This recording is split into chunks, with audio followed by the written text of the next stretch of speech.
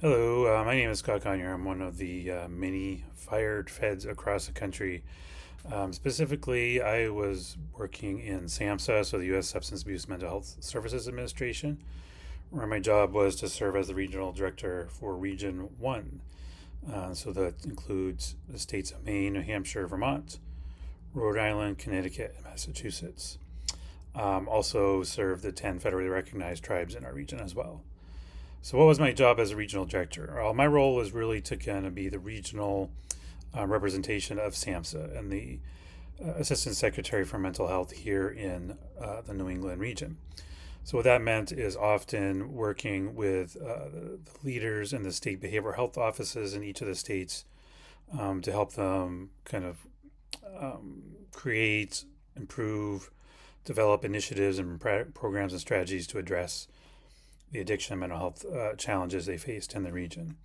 SAMHSA provides many sources of funding through block grants and through discretionary grants that all these states and communities within their states received. So our role really was to help states think about the best way to use that funding to create behavioral health services and programs that are effective. They're based in science and that are going to reach all populations in their states and communities. So it was a pretty important role because with a country of 50 states, there's definitely different nuances and challenges and opportunities in each of the states when it comes to these behavioral health challenges. And so, it really helps to have someone who is a little bit closer to the ground, a little bit closer to the states to support this work. And frankly, all of myself and the other 9 other regional directors were all from the regions we serve. So I'm from New England. I live in Maine. I've lived in Maine all my life. So now myself and 3 of my colleagues across the regional offices were illegally terminated, and so that means half the country now is not served by a regional director for mental health and addiction services. So that just creates less opportunities again for states to get the assistance and support that they really need to address these really important issues. And so I think states and communities will definitely feel this. There's problems that are going to be harder to solve without having that partner there on the ground.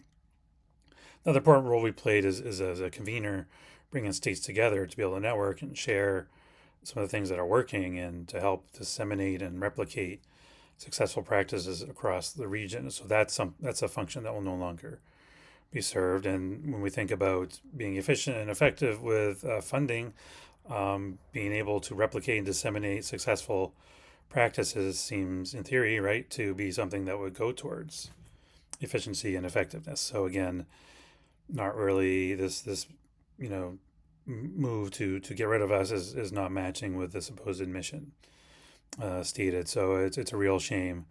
For me personally, I am a husband. I have 3 kids, so the personal impact certainly is profound in terms of, I'm going to need to find out what the next step is for me, to make sure we pay all the bills. But also, again, I'm, across the regional offices, so many other folks were fired as well. And so, also wanting to support my colleagues as we navigate this unexpected, to say the least, development. So, it's really heartbreaking, I think, for all of us. I mean, we took these jobs to serve our communities, to serve our states, to collaborate with all the amazing people also coming to serve in the federal government. And so it's a real, it's real heartbreak, for me and for many of my colleagues. And I know for many of you out there as well who are also so fired fed. So that's kind of my story. I don't know what's next for me. I mean, I'm a very mission driven person, so I really hope to continue my mission to serve in the behavioral health space in some capacity,